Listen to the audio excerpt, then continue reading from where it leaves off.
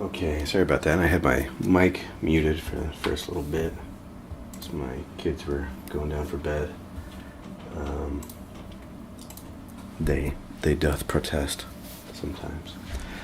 So, Benjamin, you've hopped in the chat. Thanks for asking. Benjamin asks, do you make your own brushes? Yes, I do. This is my currently using brushes from my 32 Painterly brushes kit, and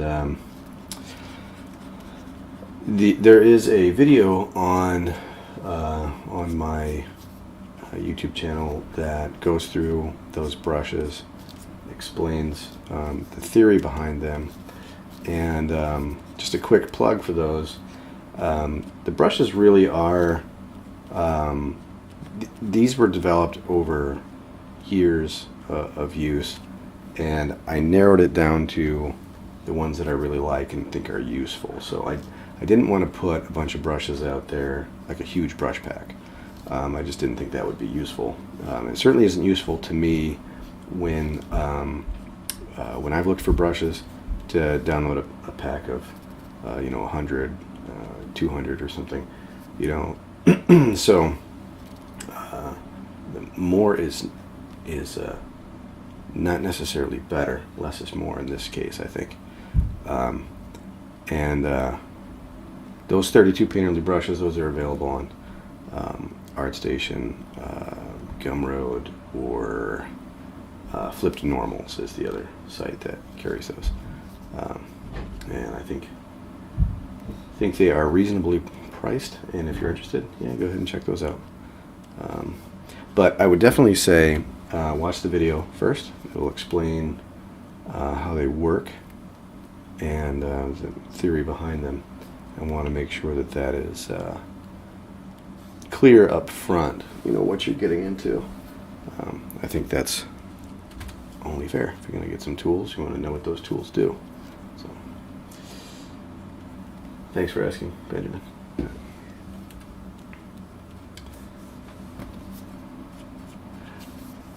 I do have another set out that would be the foliage brushes, but I don't think we'll be using those today because we're doing nights right now.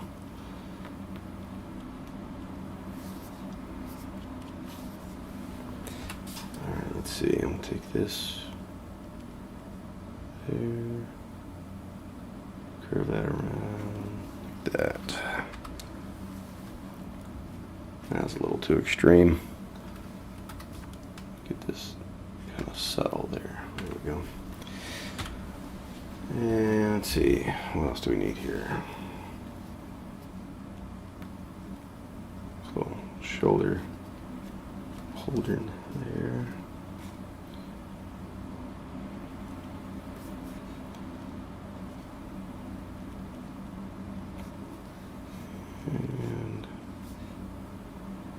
And actually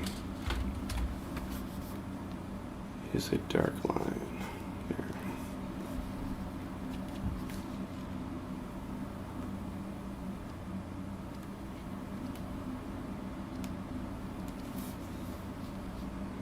Get this angle worked out there. And I think we need to trim away a bit here. So come down with that over here. That might be a little bit too much, but we'll see how that works. How do I end up with two layers there?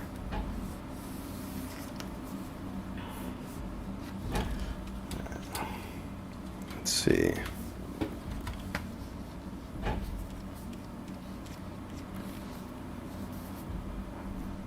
There's some really intricate patterning on this character in the reference, and I think we will look at some brushes to address that. This arm needs to get picked up here.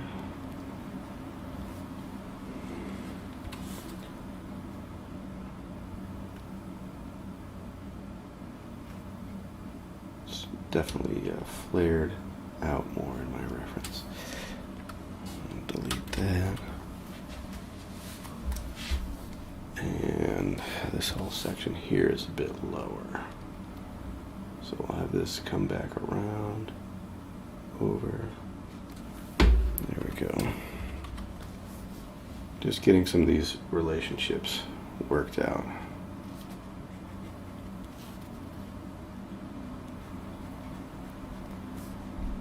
Good thing to do in life. Get those relationships worked out.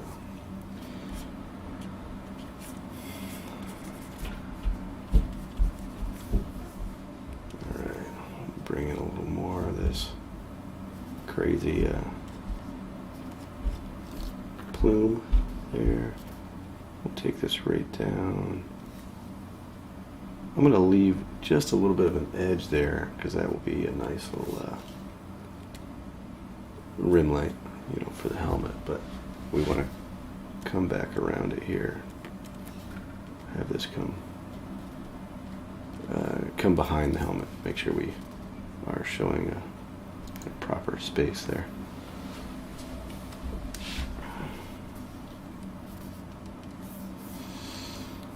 I think this can come out a little farther on the chest plate.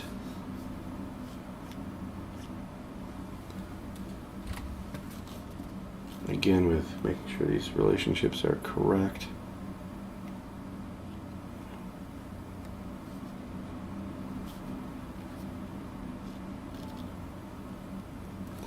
Now, doing armor is an interesting subject. I think you actually get to cheat a little bit because, well, obviously because it can be so different, but also because metal, you know, it's so reactive to the light around it that, you know, as tricky as metal can be sometimes, once you kind of figure out how the reflections work and all that kind of stuff, then you actually don't need to be as dialed in on your values as other materials. Whereas, you know, some materials, if you don't get the values exact, it does not read at all. So it just kind of occurred to me, you know, there are some things I would like to, I'm going to zoom in a little bit, and I think that might be a more enjoyable experience to watch. And on that note, I usually paint zoomed out for the majority of the painting, because you get to see how everything is acting on the canvas and relating to each other, and that's very important.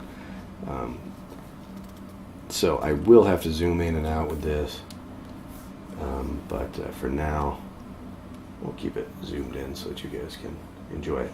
But yeah, I was talking about material properties, and yeah, that's something that I've been considering, is how to improve my material work, you know, for skin and clothing and that sort of thing. And it occurred to me that, you know, I have spent a fair amount of time working with medieval themed stuff. Like I worked on a game when I first started out as an artist, you know, working professionally. I worked on a game called Realm of Empires, and that was a lot of fun. It was a very long run as well as far as games go. I was with them for, I think, eight years total. That project was great, and I have no qualms about that. I will say, though, that I was doing very similar type work for a very long time, and that can have an effect on the way that you think about your subject and think about approaching your paintings. If something works in a production setting, and particularly in a specific genre, then, you know, you're going to get adept at that if that's your day-to-day work for years. And so obviously you're going to also get hooked into whatever the norms are of that, the needs of that particular niche. And so in this case, doing metal, I think, actually set me back a little bit in terms of, well, in terms of rendering other types of material. If everything was just castles and knights and trees and stuff, which I enjoy all of those things. I think they're all fun to work with. But anyway, you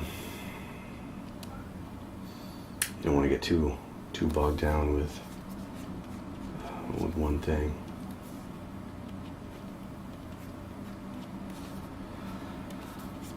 Long story. Good story, Eric. Yeah. So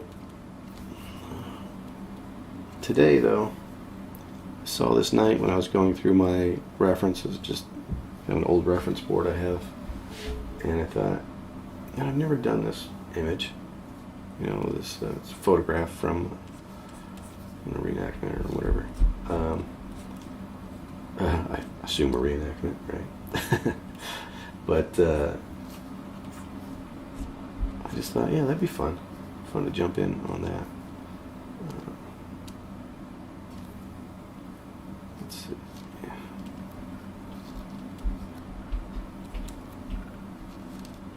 Let's get these little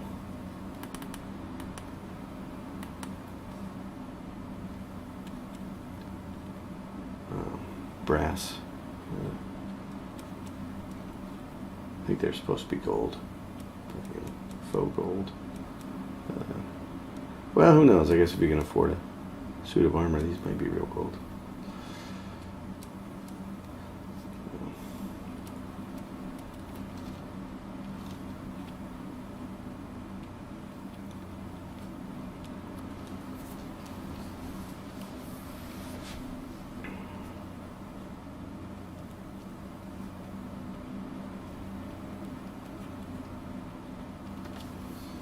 Get all those buckles in.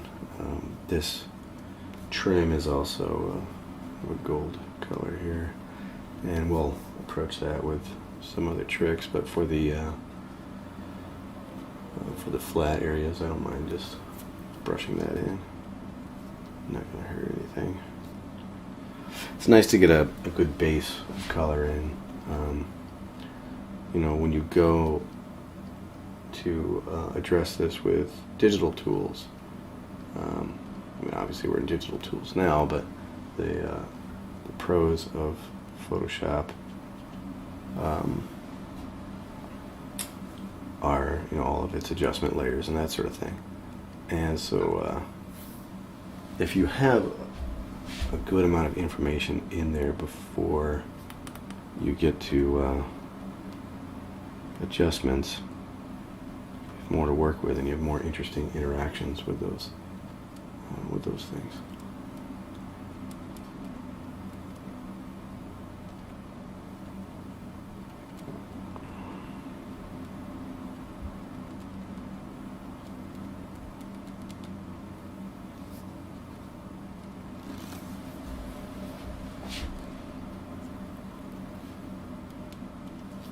Let's get this here where the chest plate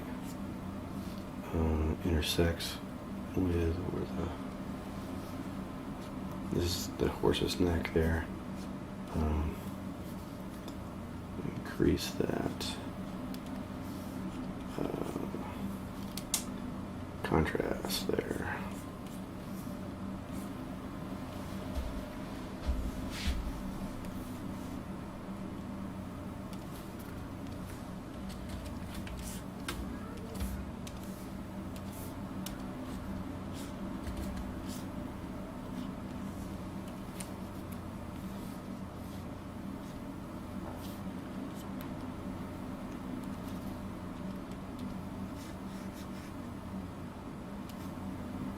That's interesting. All this time, having painted knights and stuff, I never noticed this. He's got like a cloth cover here that goes over his hand.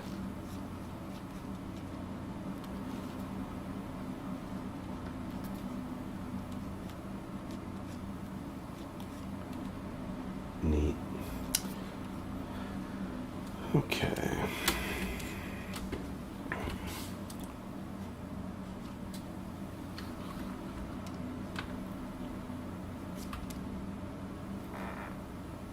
Let's get these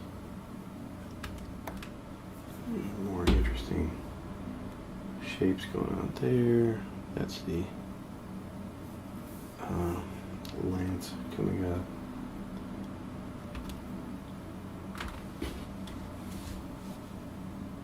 Let's see.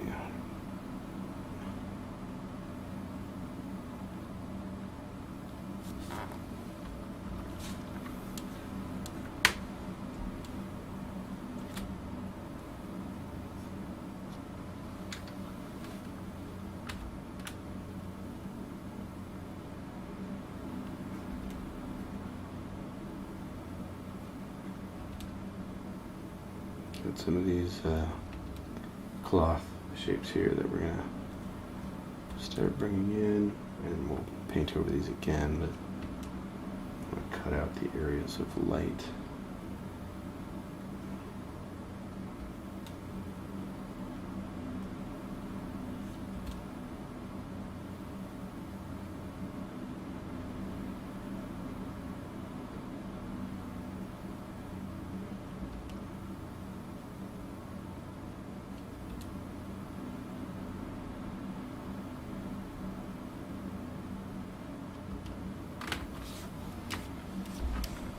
Okay, guess I'll do a new layer. Let me come back into this. Blend in soft edge on the bottom. So soft transition. Get that bottom edge there.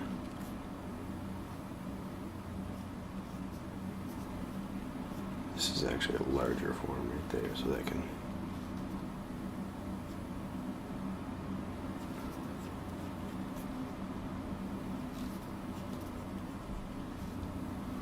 blend smoothly.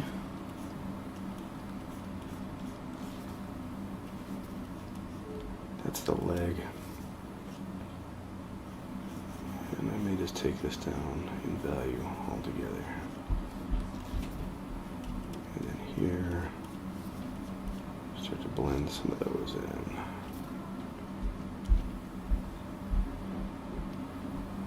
And what is this? I can't really tell what it is. There's some part of the saddle or something with the paint in this. It looks metal, like a little, looks like a little ball, but who knows?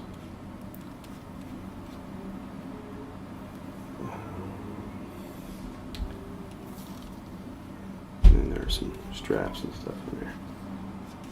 Okay, I don't want to get too lost in the weeds on those.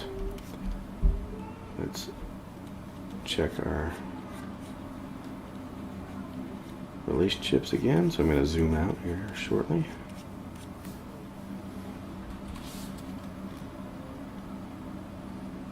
After I get this touched up a little bit here.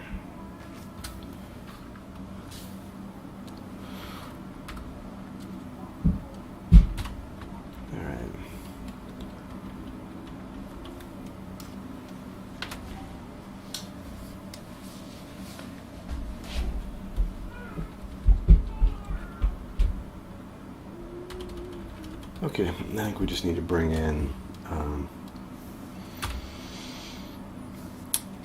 our cloth layer here.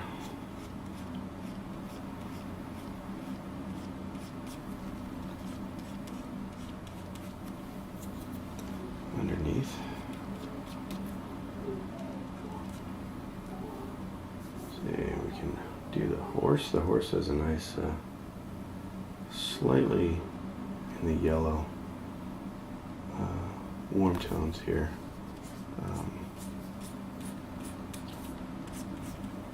kind of base color to its the light values there. Even though it is a black horse, you want to find those little color nuances there. So we're going to have a little bit of blue and like a warm yellow orange here, playing off of each other.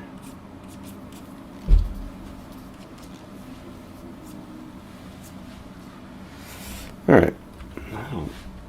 I don't necessarily like the fact that it's black.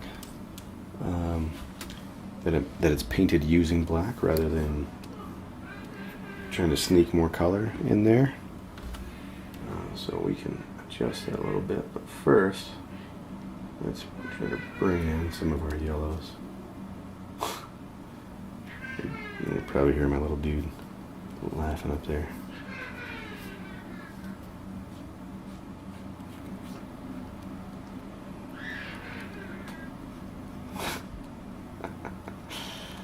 Oh my goodness. Alright, so this is set to multiply. We're just bringing it in to darken up some of these areas. So we're kind of bringing in a little detail and bits and stuff, implying some detail there. We don't have to go heavy with it. And that's going to give some variation on these golden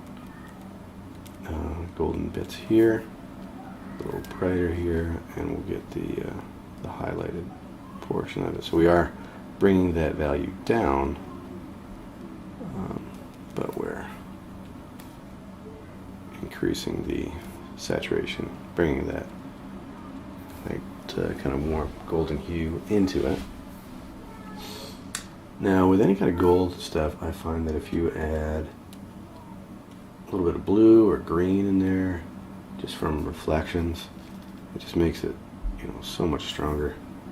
Do a new layer here. I'll just paint this in. It gives the light, something to bounce off of. Like it's picking up light from grass or something like that, beneath it.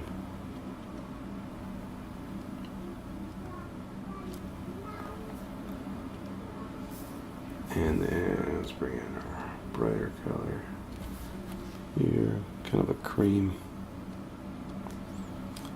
And this will be our highlight in this. And you're kind of looking for existing light, like we get some light coming down here, and so you want to follow that same pattern, so that the light carries through the form regardless of the material that's underneath it.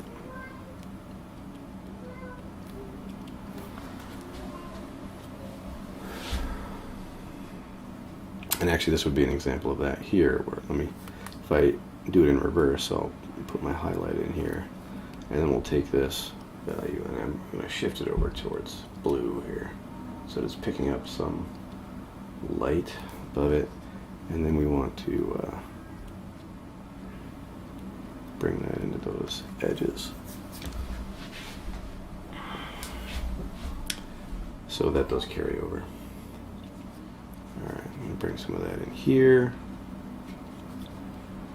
This obviously, it's nice and bright in there, so we're going to do the same thing. And take this brighter color, we'll shift it towards blue, and we'll bring some in here so that it carries through up into that highlight there on the gold. Let's go a little darker here.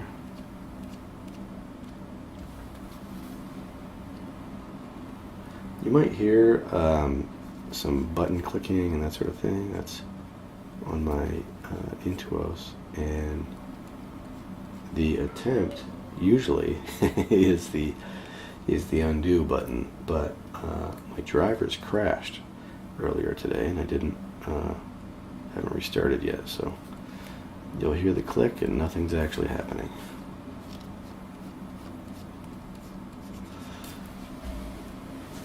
Alright, brought in a little blue there. And I'm going to do that a little bit more here. Bring in some blue here. And take this farther so that it is catching light, from that side.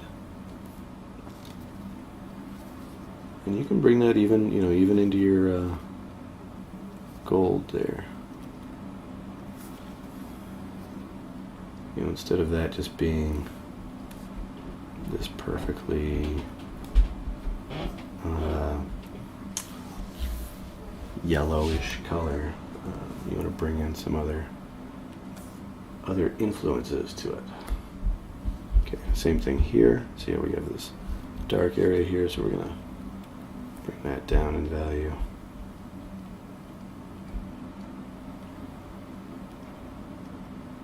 And with, I find with metals, it never hurts to just throw a little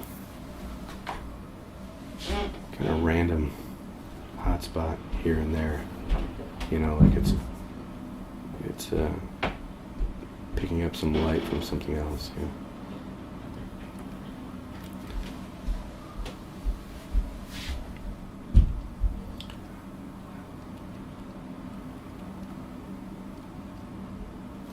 You don't want to go too crazy. You need to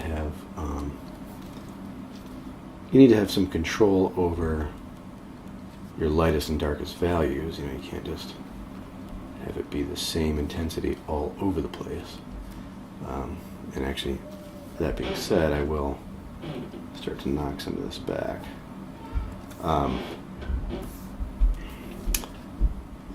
But there's a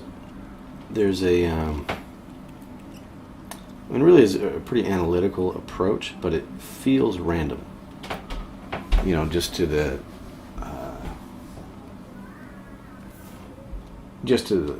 initial glance when you look at metal. It's just like it's picking up light from all over the place. And you could analyze that and figure all that out and get it in there.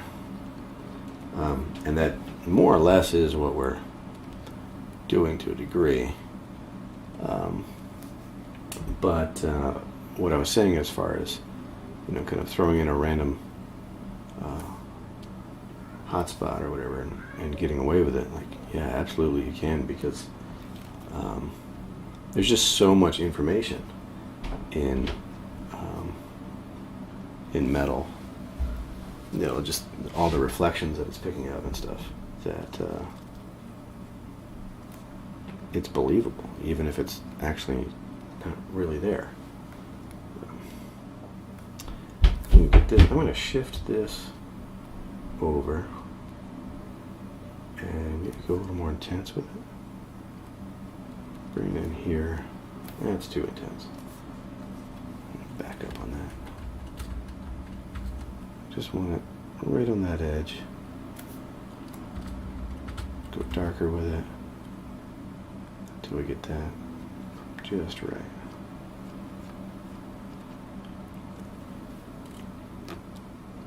Bringing in just blue from the skylight.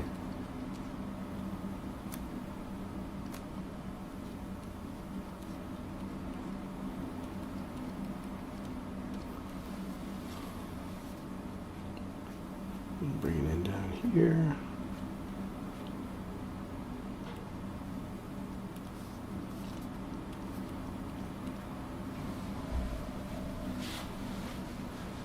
And let's see, do we want to have this terminate very bright right here? I think that wouldn't be a terrible idea. I think we need to bring in, a more solid color here, less drawing in there, less of like an outline on it, just a more solid color. get that to match our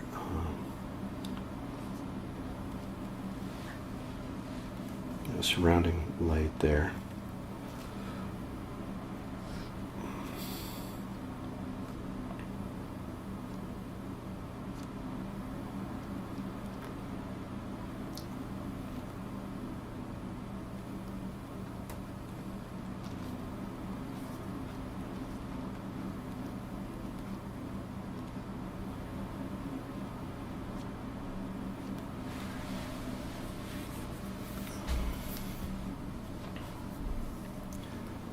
Alright, suppose we can do a little bit with this plume.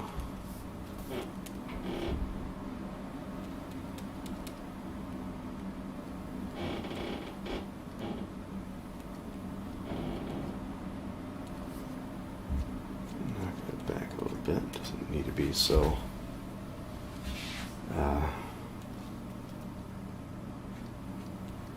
bright there. Taking a lot of attention.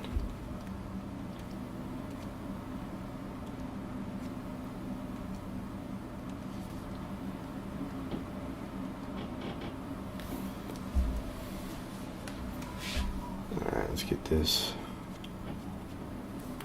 lance dialed in. See, there we go again with the undo button. But it's not doing anything. Gotta use the actual hotkey. It's actually kind of a good thing, you know. Actually, on that note, when I started, I changed my undo settings so that I only had, I think, 20 steps back, and I still have it that way. It's a little more than 20, maybe 40 or 50, something like that. But that's a good habit to get into, limiting your ability to. Well, I would say at least when you're practicing, limiting your escape, right? Like, you have to figure out how to make these compositions work, and I find that I had more confidence from forcing myself to just paint it, and if I messed it up, I'd have to paint it again. You know, because then you just get good at repeating the process and understanding the steps to get there. Whereas if you lean too much on the ability to go back, that might slow down your hold on. Photoshop stopped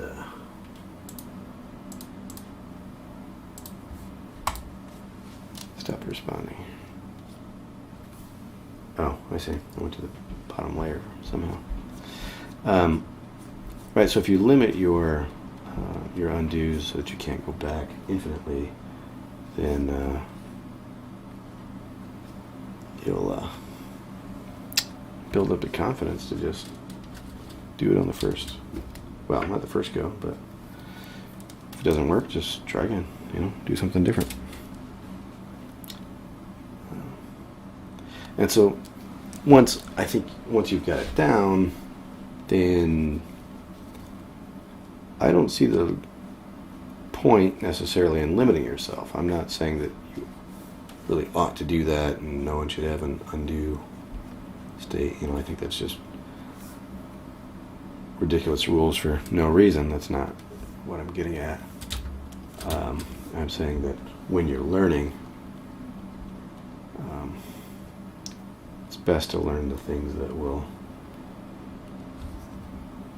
last the longest, you know, will help you in the long term, and that really is the painting and the design side rather than the you know, the tools that allow you to correct a mistake or something.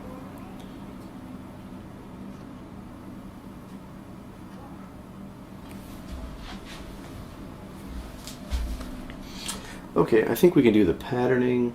You know, I have this like little belt buckle thing here. And that's what's kind of causing that fold there.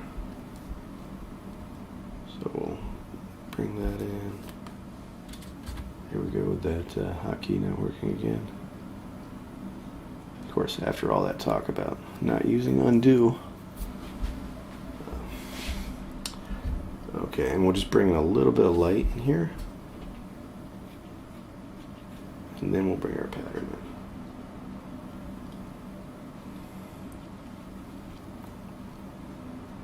in. And may as well bring a little bit of light in here as well. This all gets, you know, in the reference, this is all being condensed down to basically nothing. And I don't think we need to do that, you know, because the camera is limited in its value range and how it exposes the image. Doesn't mean that we have to copy it that way exactly. We have the will and the freedom to change that. So why not? All right, I'm gonna tighten this up just a little bit.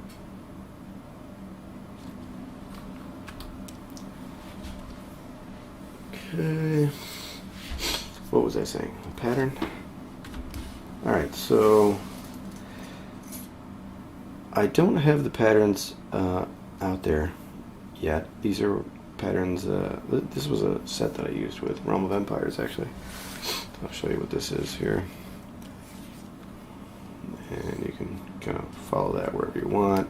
Or there's another one that I liked to use. And that was this here.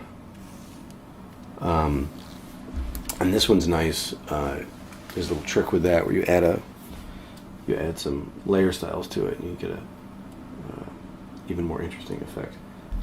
So anyway, we'll back up on that.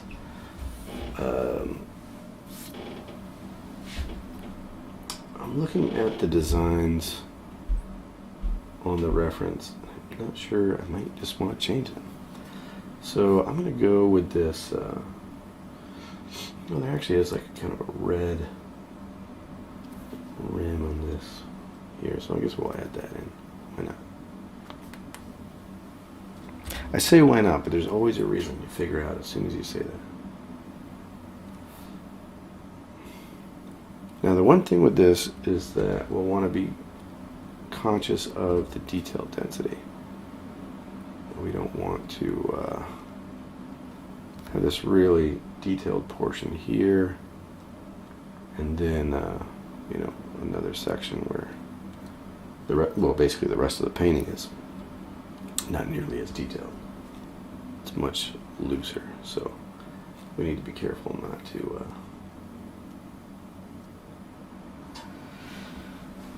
to distract and ruin the painting by doing that. So then we can lock the opacity on that layer, and we can adjust our colors that we're using here. Go back to just a blending brush, and then we'll match the lighting. So that's putting this little lip of a cast shadow there on the edge, and then matching the curvature here.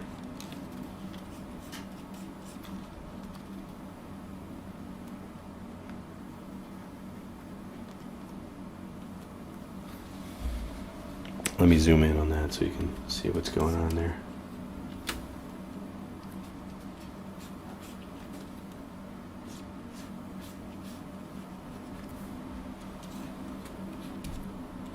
So we get a little pattern that we brought in. Tuck that in under here and under that buckle.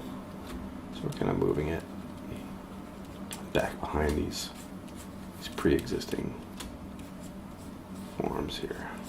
Let me zoom out, and we can determine whether we want to push this back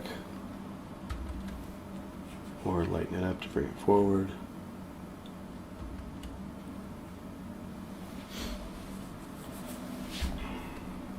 Alright, and then we did it down here as well, so we'll do that one. Alright, now the patterning on the clothing, I guess we'll do the other design.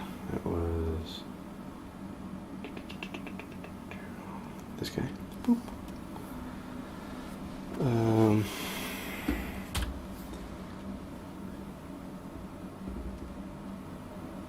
Yeah, something like this. Do we want to go, we want to make a design out of it, or just go straight in with it? Kind of like the idea of doing these designs.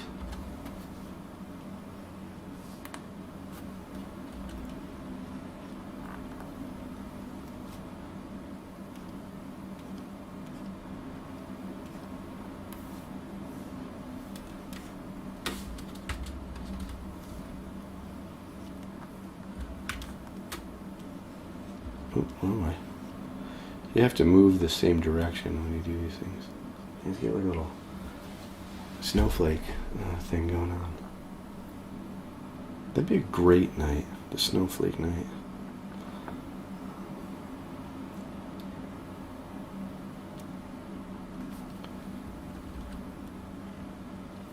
You have to have like some kind of frost powers or something.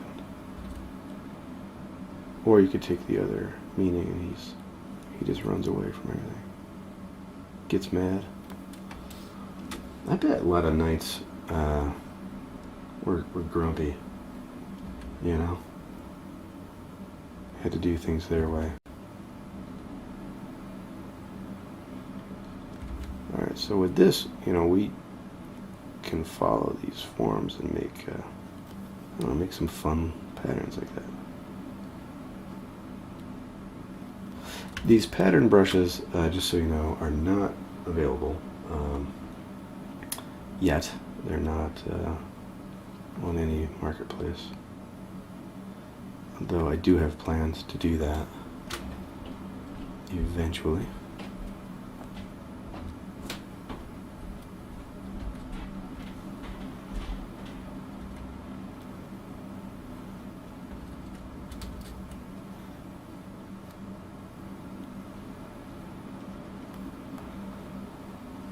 Just going to keep following these forms.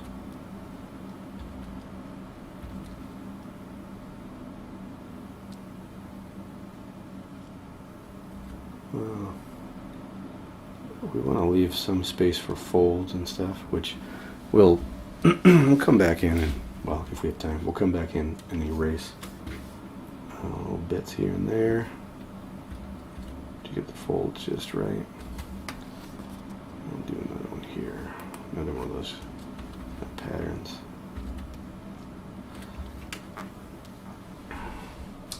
And let's do one here. Should go a little larger with that.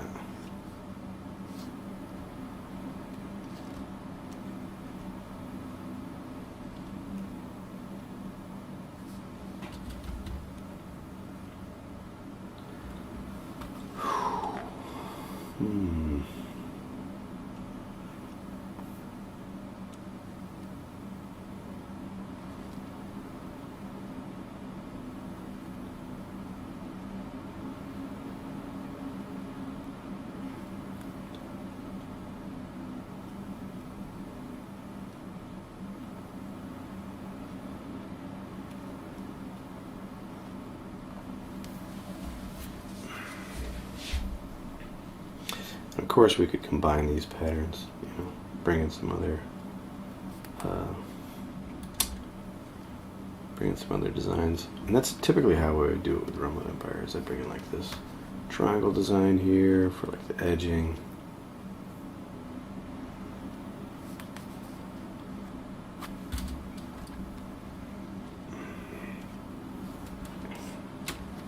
You know, if you had like if that was like a glove or something, you know, it would have a little edge there. You could go both ways with it if you wanted to have that kind of a pattern.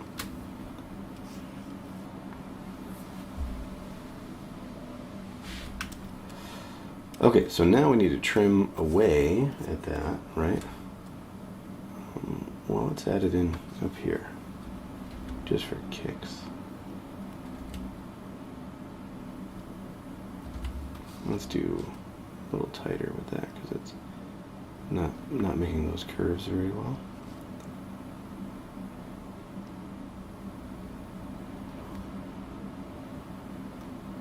And in this case, I'm trying to match what I perceive these folds to be doing.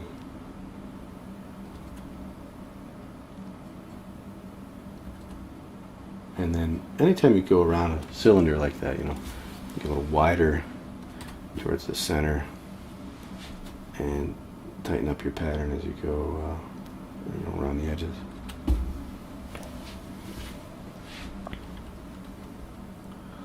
Okay, so now we're gonna take that, we're gonna start trimming away at it. We'll just use a mask, and we'll go to, we need a opaque brush.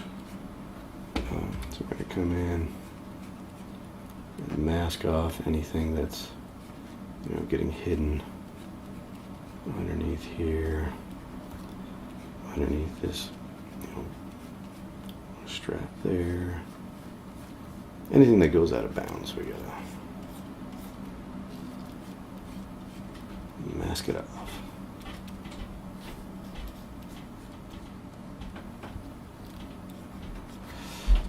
And we could clip this too, so we'll clip it down to the layer. That way, the edges, the boundings of it, we don't have to worry. We don't have to bother masking that.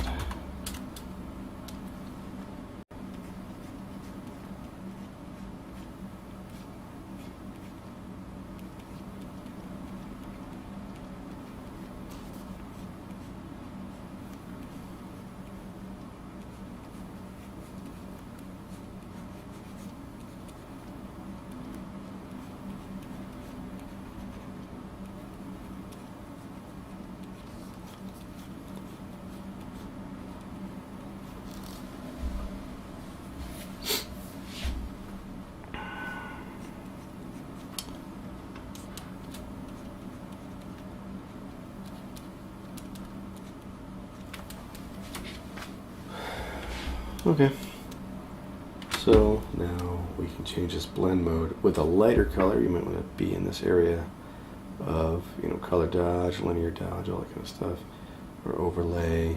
I almost always end up using a combination because there might be one style that has really nice coverage and another style that has a really nice light or color transition. And so you kind of end up mixing and matching. So like this linear light, I kind of like it as it is, though I think the color is not quite what I want. So we'll do another one. And actually, let me fix the mask on this first. I don't like how it's going around that edge there, and then we'll move that mask up there. Okay, so then this one we might change to, you know, if you like this muted color, but you like the value of the other one, then you just change this to color. Right, so then it's pushing back the color underneath it to match here. So then we might take this one, and if you've got a nice base started, you might find a blend mode that is more aggressive. So like this, for example, color dodge is going to be really bright, you know, in your lighter colors, and then darker in your shadows. And we can kind of move this around and see where it would best benefit us. And then we can dial that back until it feels right. And then of course all of this you can blend out, right? So if let's instead of clipping it, let's go, we'll control click our area there. We're gonna group that and mask it. And what this is gonna let us do is do a separate group with a mask for shadows. So we'll just do a nasty square standard, and that's kind of a soft blend, and so we're just going to blend in the folds here.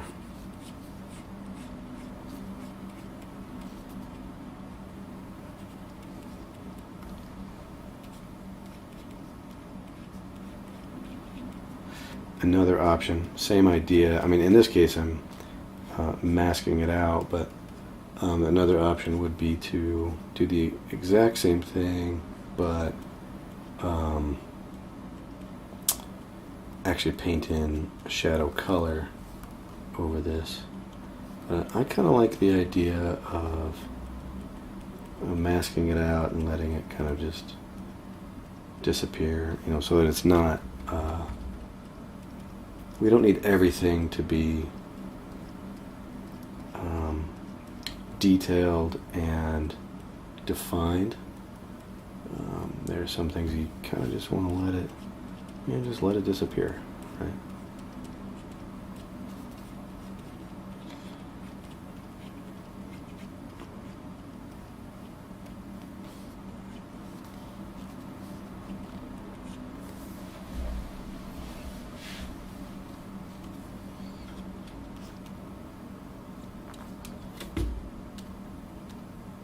And we might do the same thing here, right? So we'll mask this, and we'll just start hacking away at it so that it's not this perfect, you know, pattern.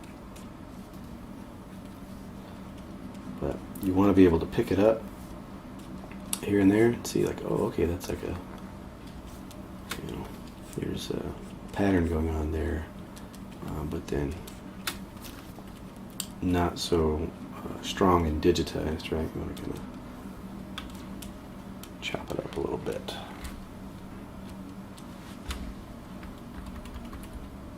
Okay, I think we could do a quick background pass and a hue, color balance probably would be a good idea. So background, go here. Of course, we can fade in a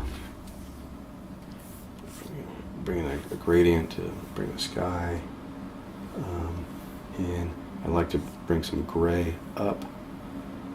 It tends to be a nice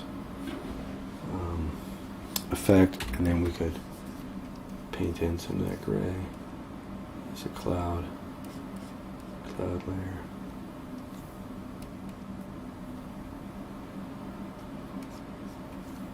I'm going to make that a little bit more blue. Maybe a little brighter. I don't want that to, don't want it to compete with the color of his plume.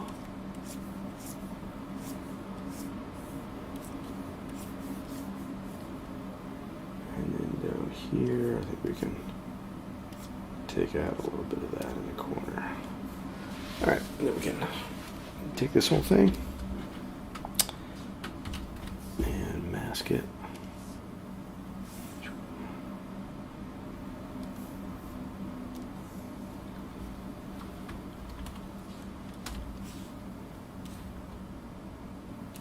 Oh yeah, that's what we did to the background there.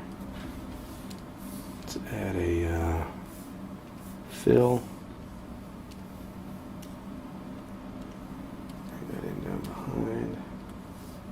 Delete that. Let's go to our original drawing. I'm actually going to duplicate this real quick and just go to the eraser and just play with how cleaning this up might affect it.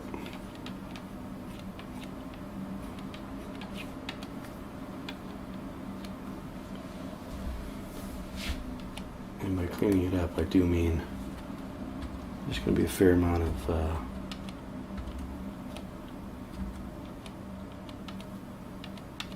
irreverent erasing happening.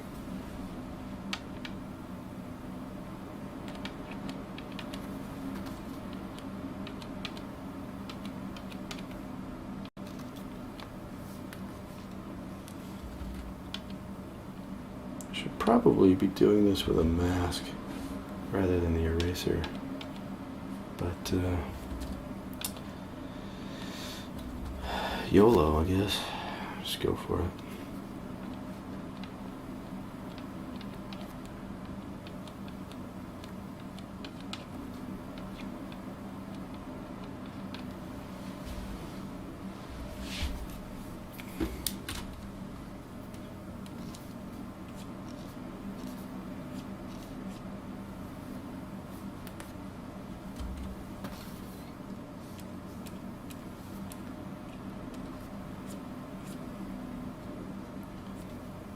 Bring in some of the light on the horse. Though I did kind of like the fact that the horse was pushed back, you know, compressed. So I might do that again. Compress it down to black.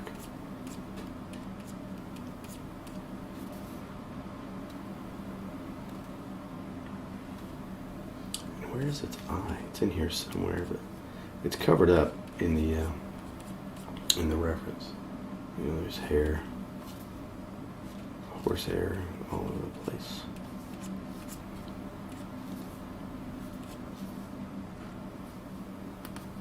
Don't want to get too literal with that.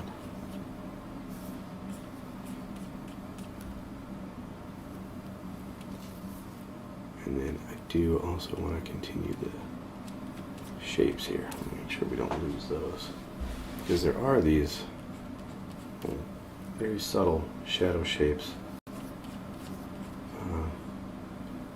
on the horse from the direction of the hair and stuff.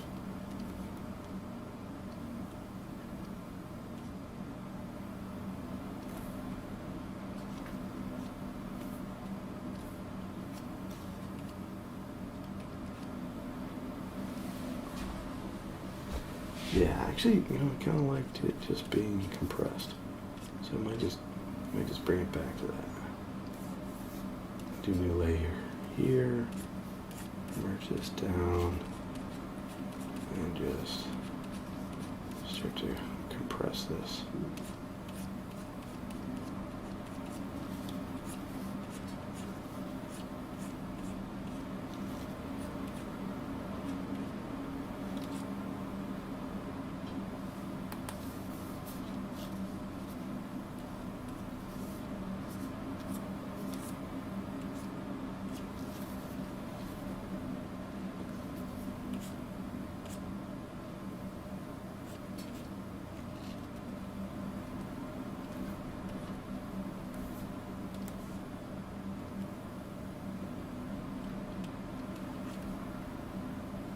Just bring in a few little shadow shapes here.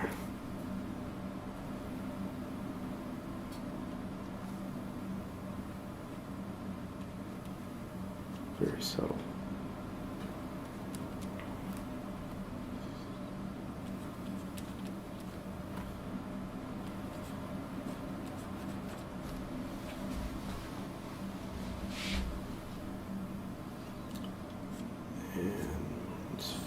This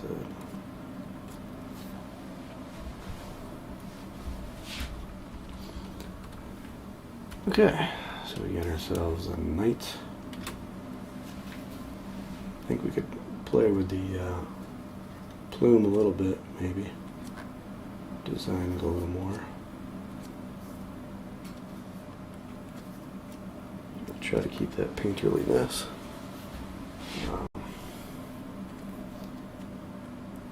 And some color in there. That'd be fun. And maybe match the color of this, that trim there.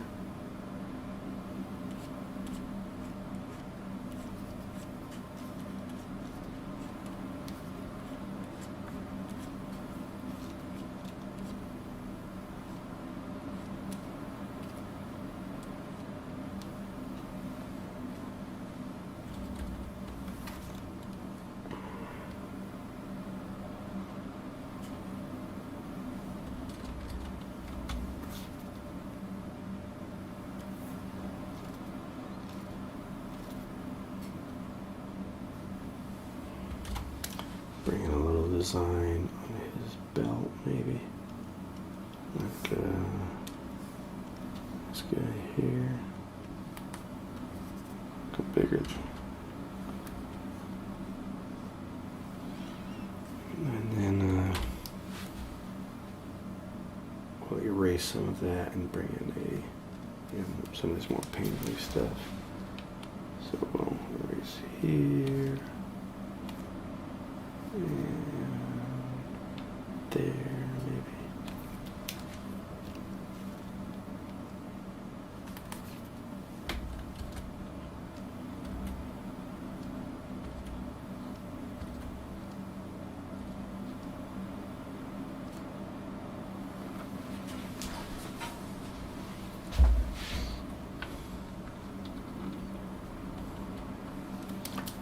Erase some of that out. Some more so that it's not perfectly.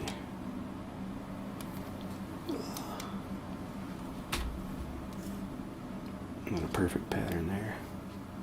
Let's see, Control T, warp, and we'll just scooch that up. Just a little bit there. There we go. I should probably bring in a little bit of color in here. I mean, we could compress that to black. Could also imply the character in here.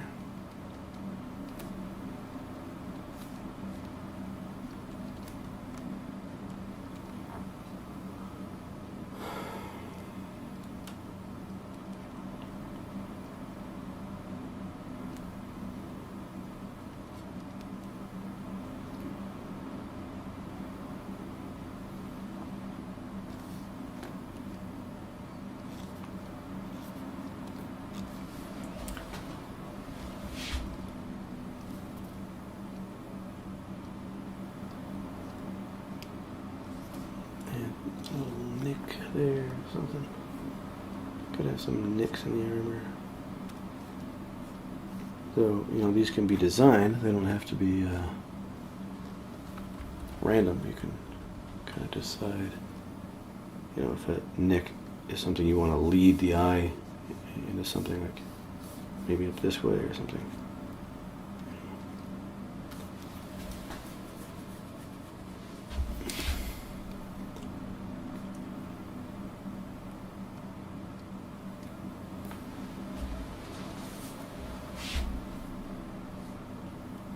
Alright, let's add a little more of this red in here manually.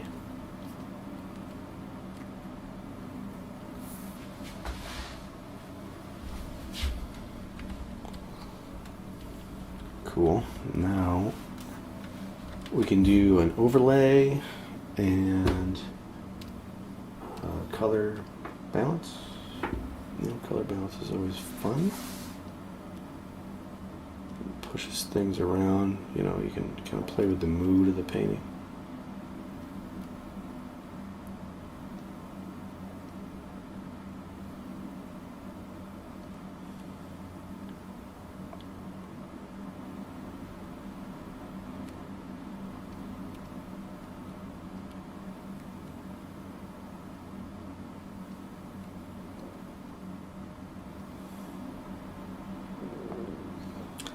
Might have heard my stomach growl. This microphone picks up everything, every little stomach growl.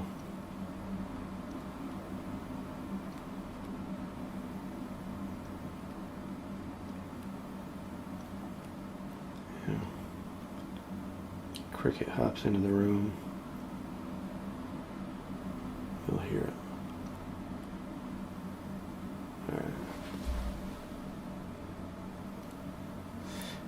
This is, you know, the part where you're designing by sliders. It can be a little grinding on the sole. You know, you're trying to get things just so. But when it pays off, it is really worth it. And I think you usually see, you know, you'll compare what you had. In this case, I'm going to go switch it to color rather than normal. That way we're preserving our luminosity here. And that is such a subtle change that I might actually, well, it either means that I liked what I had and I don't need to change it, which is a good thing, or that I was not aggressive enough in making a color change to see, you know, what the possibilities are. So since it's such a subtle change, I'm going to push it with these other ideas here.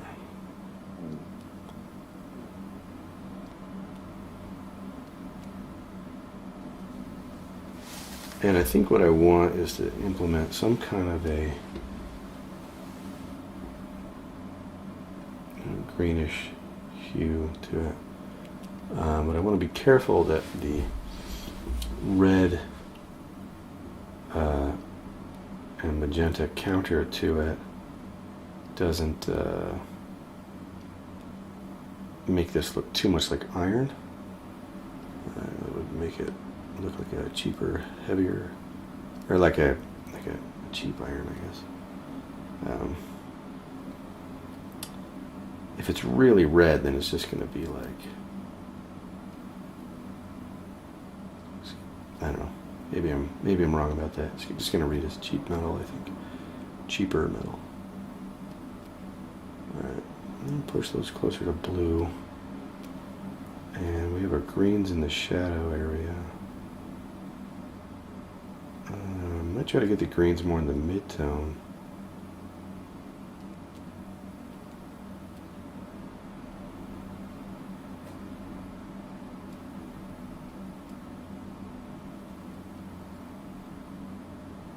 I'm liking this, what we have right in there.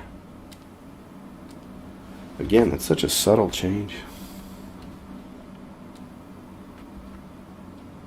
That one's grayer. Let me bring that in.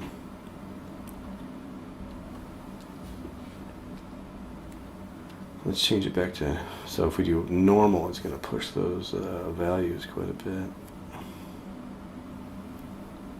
We'll go back to color, and I could do the blend if option so that it doesn't blend on the background. Oops. But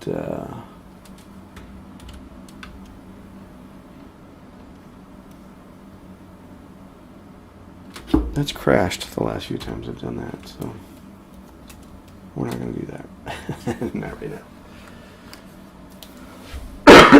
Excuse me.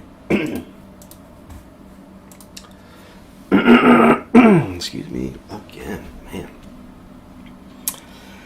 I might just erase away in here. You know, there's things that I like about this,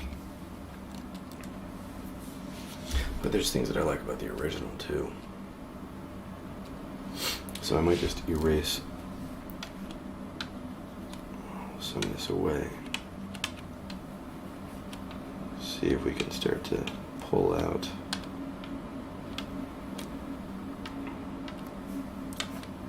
what we like.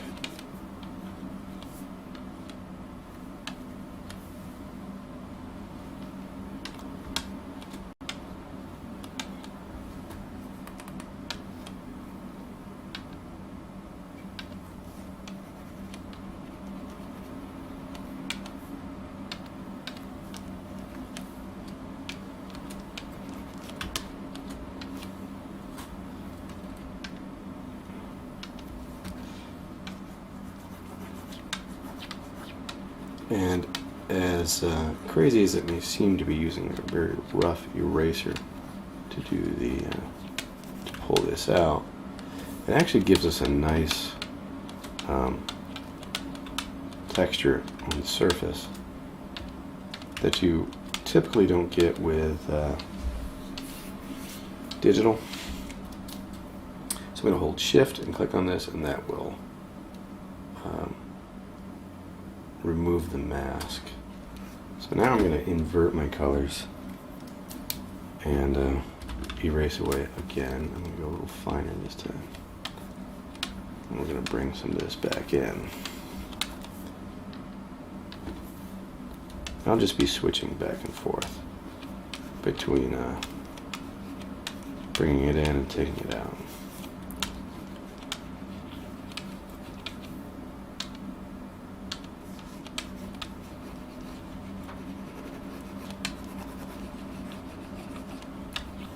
So we want to control where these kind of color interactions are happening.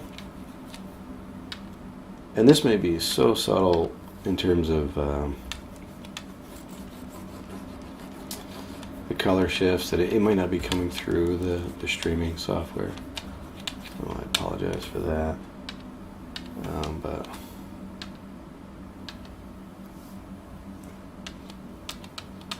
I tell you, it is making a difference, however subtle it may be.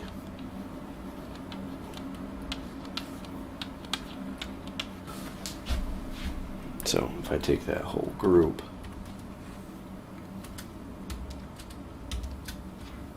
and hide it, and I can see what the color difference is. But we're going to leave this one out by itself, and then we'll dial this whole group back till we like it.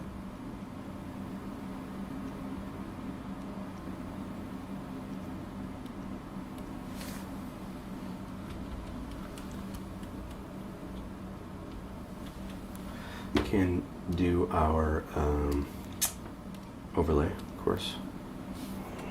I like to do that. And we could set this to just a simple soft brush. Nothing special here. We're just trying to get some smooth gradations, or rather smoother gradations, and I'm going to dial that back a little bit. I had it just a little bit too blue.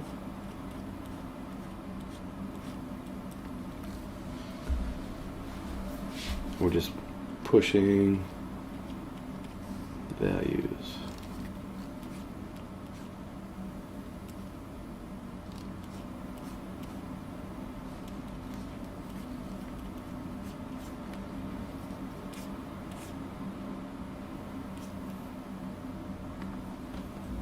Invert it, bring these values down.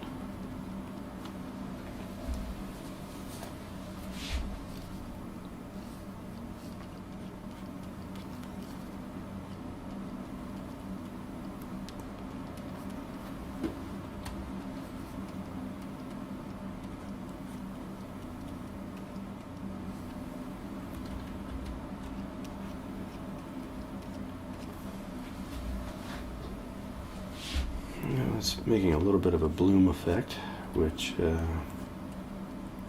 we could play with.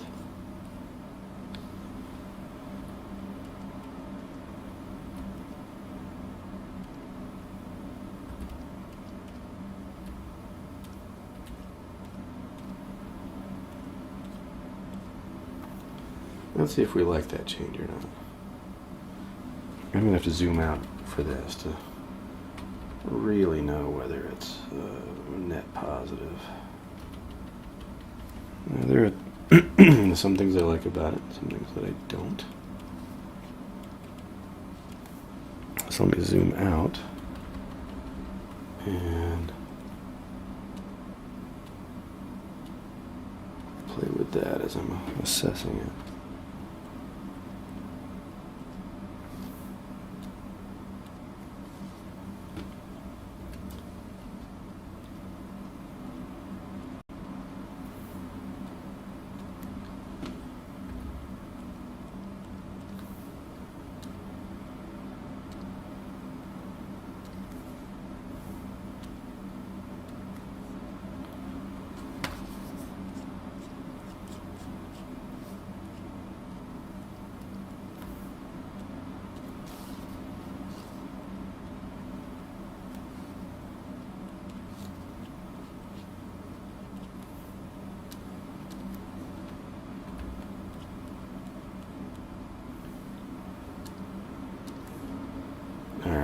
know, this isn't that great to watch because because there's nothing to see. So I'm going to zoom back in here so you can see what's going on. The reason, you know, you want to jump back out so far is to see how it's affecting the entire composition and not just, you know, the individual area that you're playing with at the time.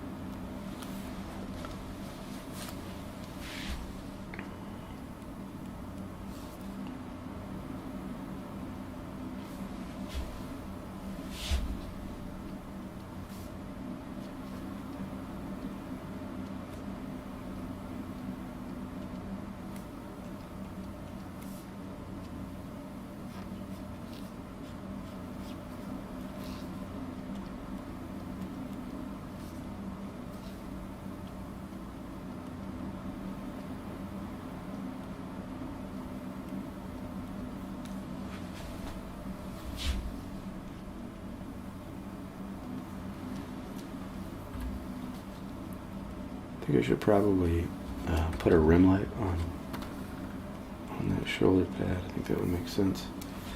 So I'm going to do that down below my color balance stuff. Do it right here. We'll grab that.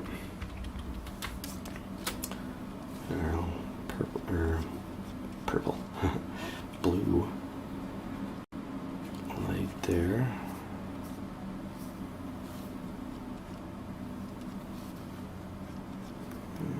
Bring that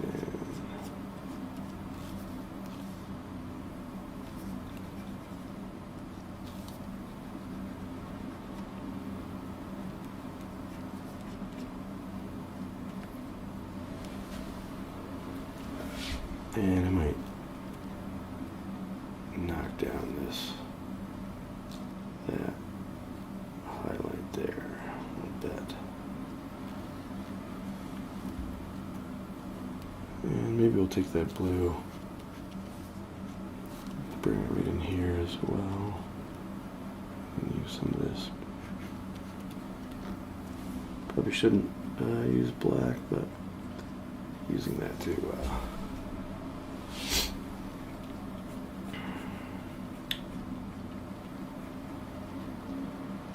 get that little shadow there.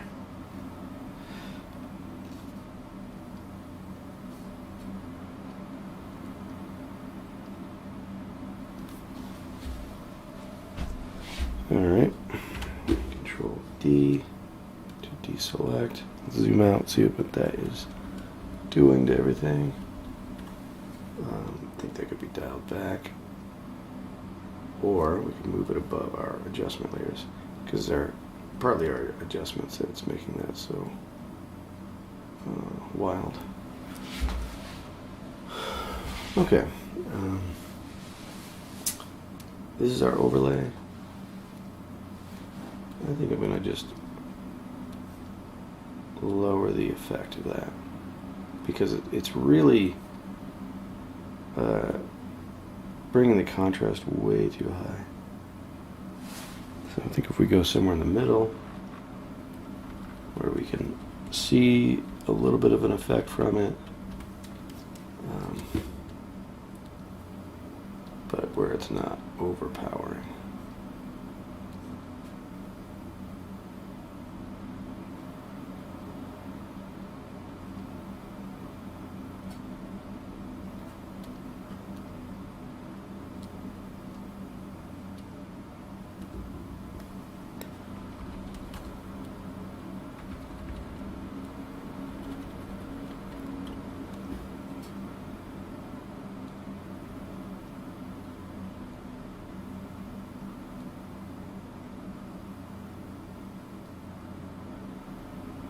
Somewhere in here.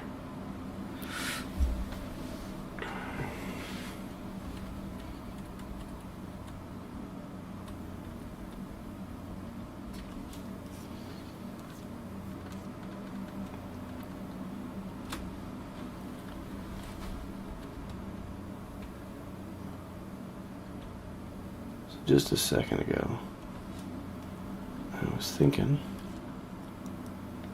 that's something I could add, and then I forgot what it was.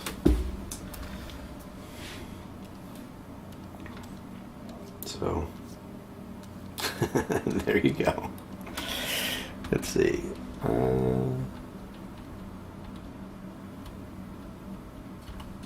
Suppose we could play with curves.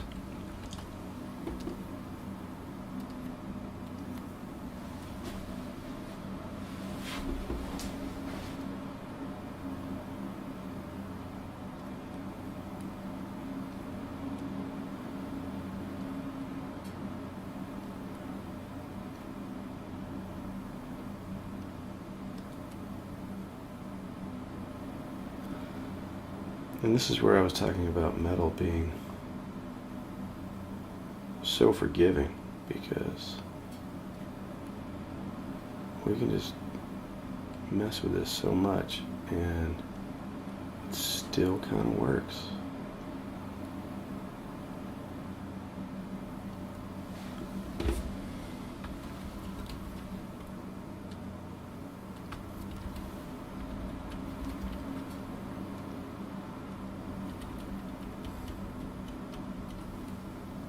Now, do we want to just have this affect luminosity so we maintain our colors? It does. I mean, that color change makes quite a change. We just go luminosity. I do like bringing in more value, so it's, you know, it's less. Everything is really contrasty in here. I kind of like flattening those down a bit. So we do normal versus luminosity. Normal. Luminosity. Let me zoom out. And if you can't quite decide, then you can split the channels. That's a way to do it.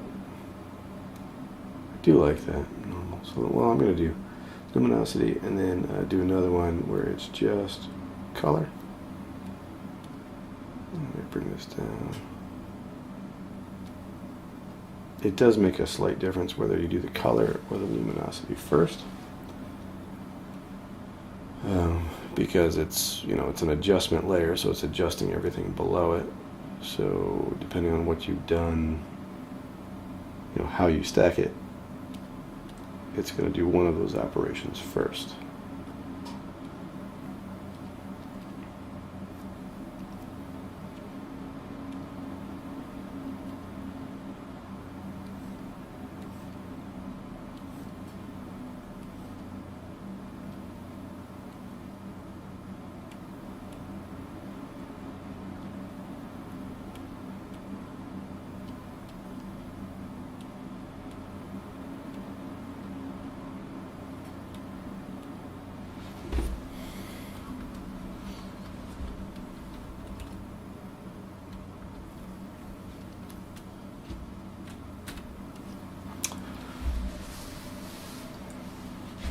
Suppose we could do some rim lighting type stuff, see what that looks like. You know, so take some of this blue.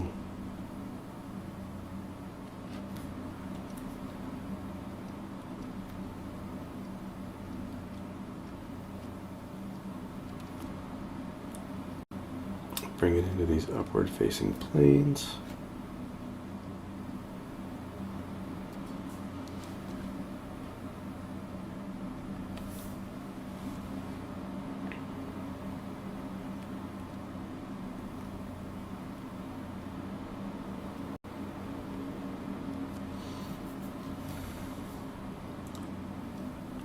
Maybe on our rivets even.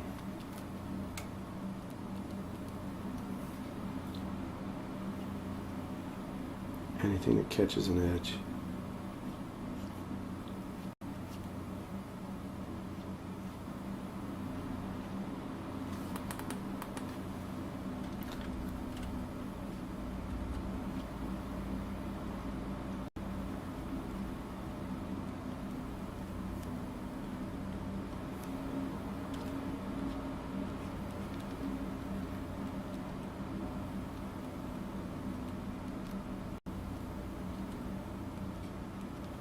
edge there.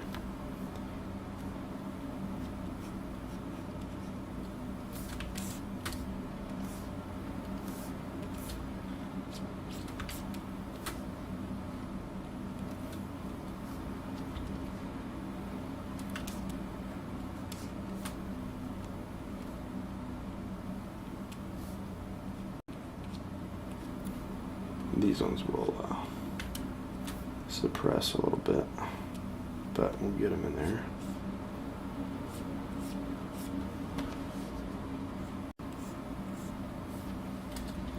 Way too many strokes for that. Let's go like that.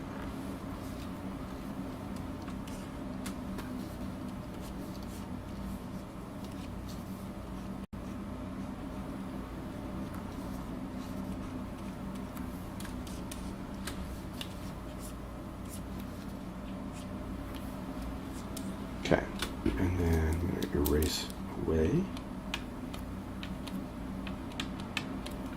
Let's make that broken up, a little more interesting.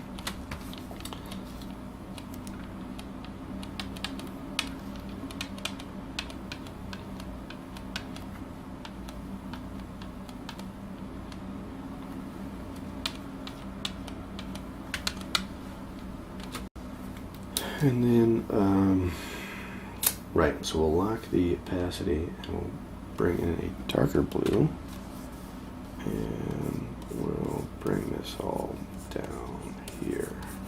I forgot to erase that, so let me erase these guys right here. Get those a little bit broken up.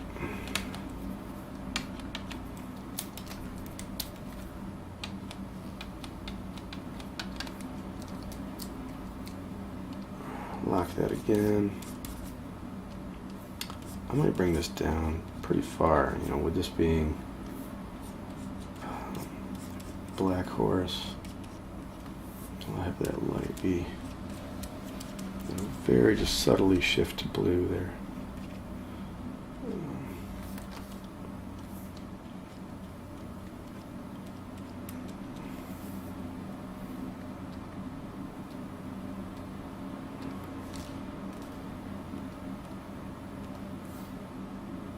And maybe erase up here a little bit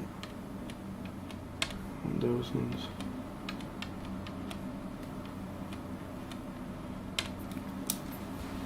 Check that again.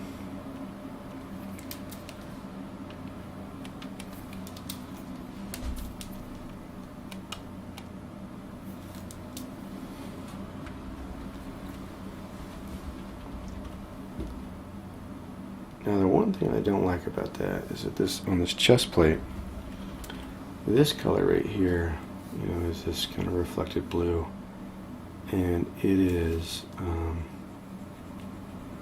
merging with this here.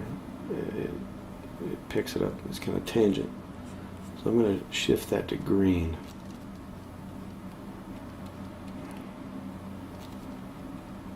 And then we'll bring that blue back in. That delineates those edges there, so that those don't start combining to be the same thing. Now, sometimes you want to lose an edge, but I don't know if that's the place. If I were going to lose that, I would want to probably just do it, you know, with this dark, just bring it all together like this. That might actually be a better solution. Let's see.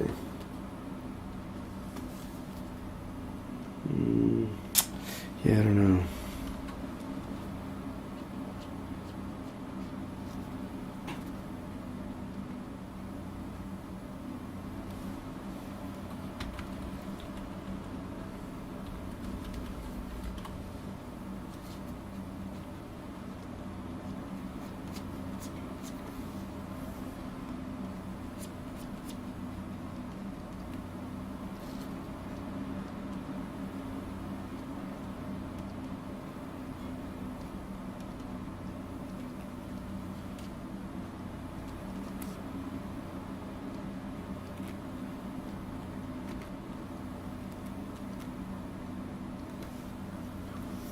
Let's zoom out.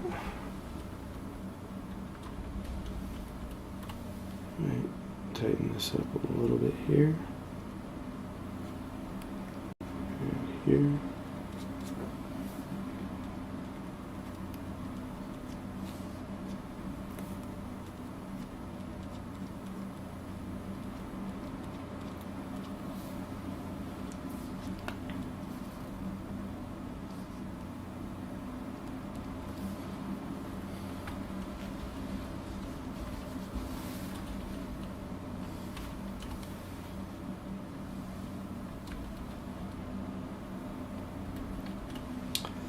That's still too bright. I'm gonna bring that down.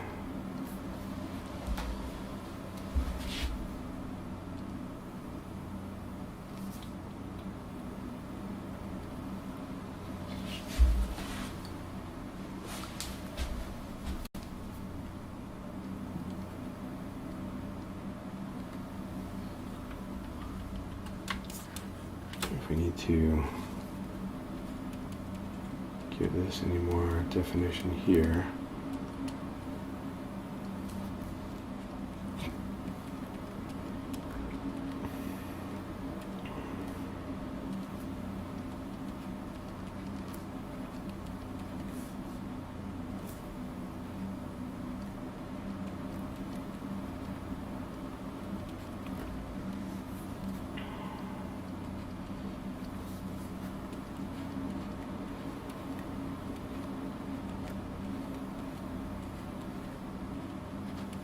I kind of like it being so loose, but it just didn't look like it had much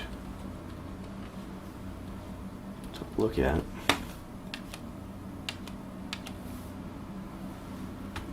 Just erased a little bit of that away.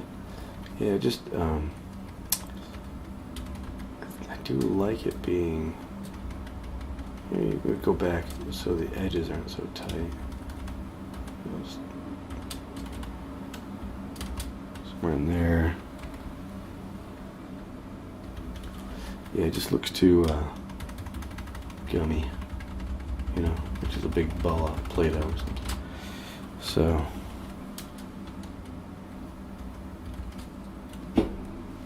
somewhere in there.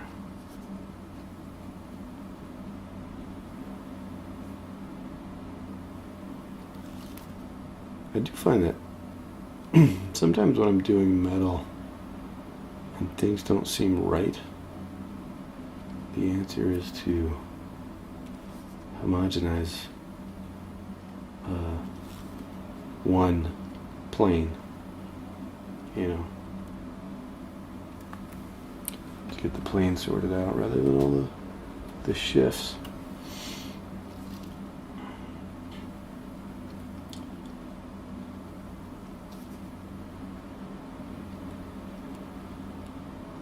Get too lost in the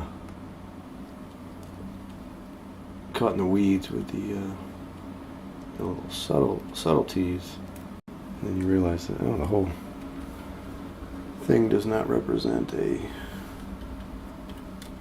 clear plane shift. Like this, for example, I think if we put this green on this top side, and then maybe a little more of this on the bottom, just a little brighter color, then what we end up with is showing it, at least in theory, showing it turn the form a little more.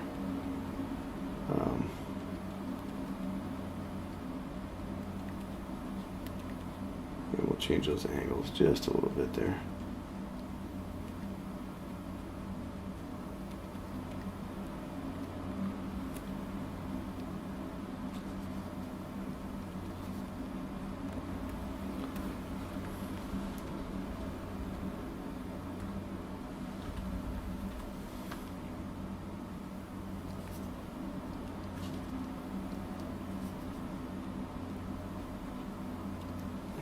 That back a little bit.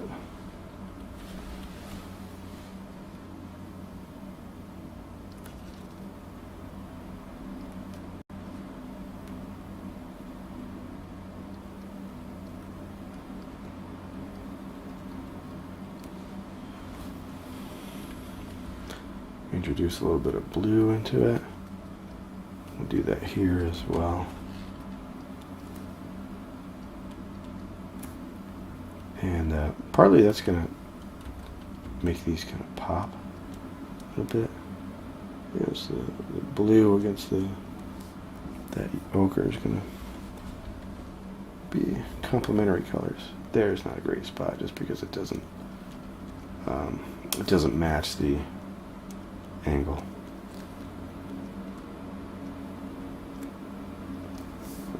All right, let's zoom out here. Maybe put a little nick in there.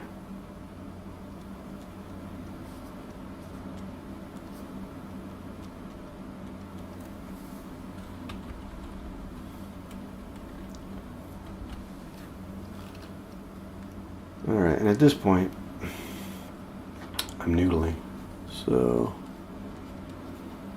that's kind of the sign to be done. I'm gonna erase out a bit of what I did there. All right, yeah, I'd say that's pretty good. I'm gonna bring in some of this reflected light here.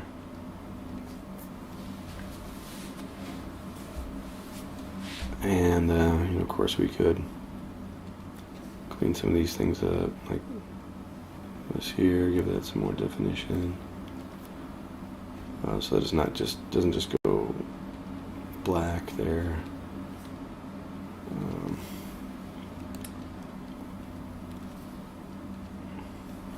But you got to be careful not to overwork it. And I think we're already in danger of that. You know, I think we're kind of at a good spot there, and not too much that we need to do.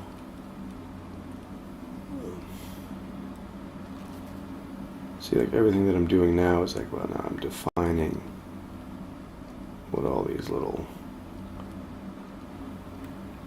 form changes are and stuff, and that's not. Might not be necessary, you know. It might just be. It might just be extra, you know, wasted time.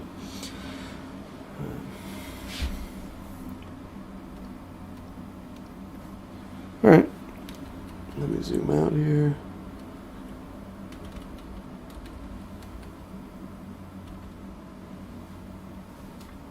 Probably could do more with the chest plate. Just gonna do something really quick.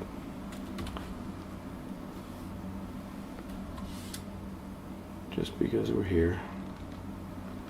Take that form.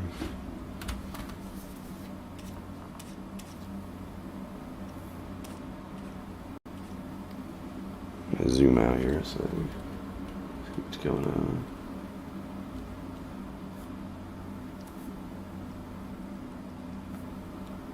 Just kind of redesigning that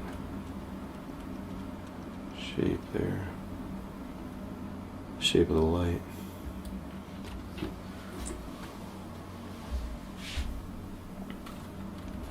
And then usually when I make a change like that, especially at the end, I like to erase out like this and just see, you know, if that is subtle enough to make a change. Maybe when I bring it in this way, you know, the diagonals might be interesting. Or follow the form a little more, you know, like come this way.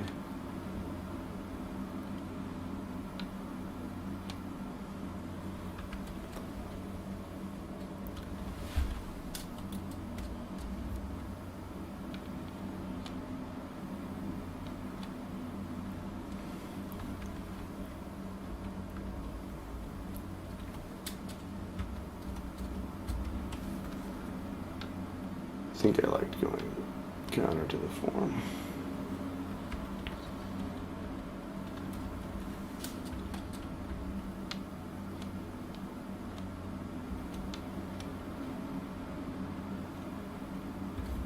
Or do I want it to radiate from the helmet?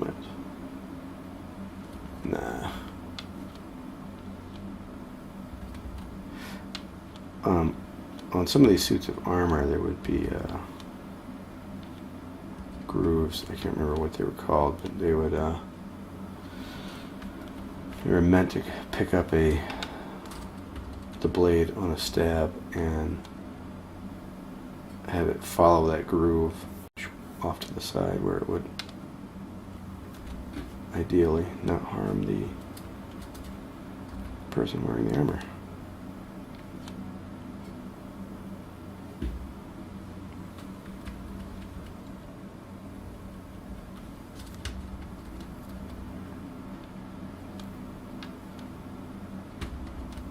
But what I'm trying to do in this case is just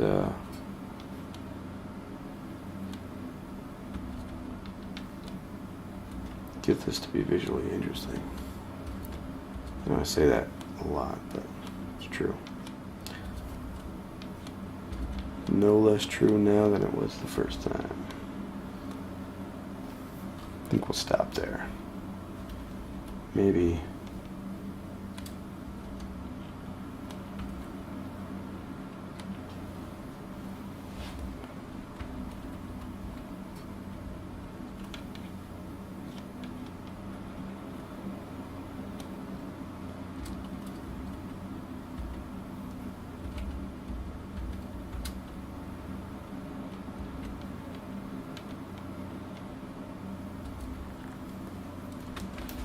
alright, we'll hide that layer. Bring it back in, see if we even like it.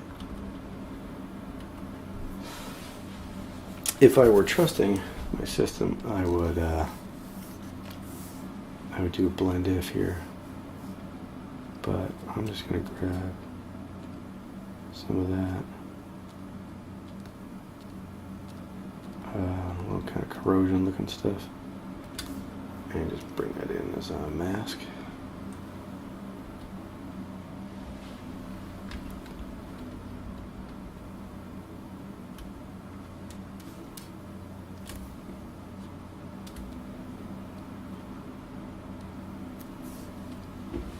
Do adjust levels and we'll play with this mask here.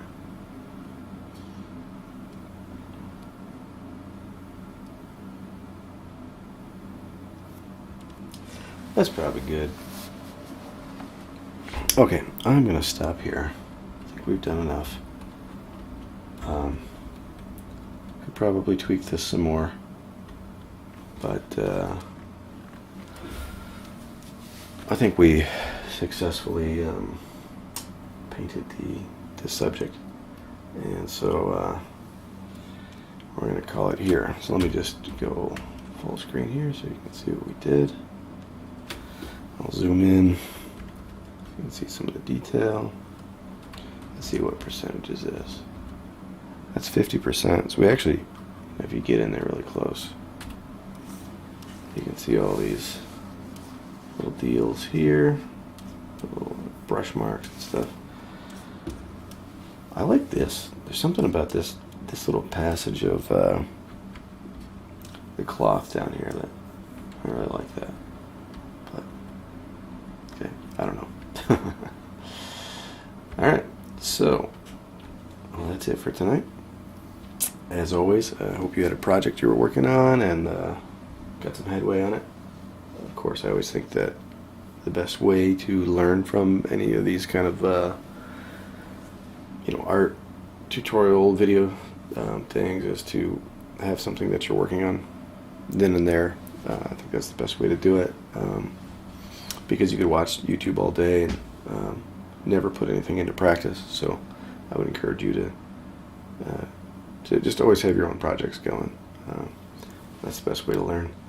And you might have just been watching just for the fun of it, just to hang out, and I appreciate you too. It's not just about learning and teaching. There's a lot of tutorial material out there, and frankly, I'm not doing this for tutorial purposes, but I do like to explain what I'm doing, because it's I think it's interesting and it's helpful for those watching along. But yeah, thank you for joining in tonight, and we'll be back at it next week.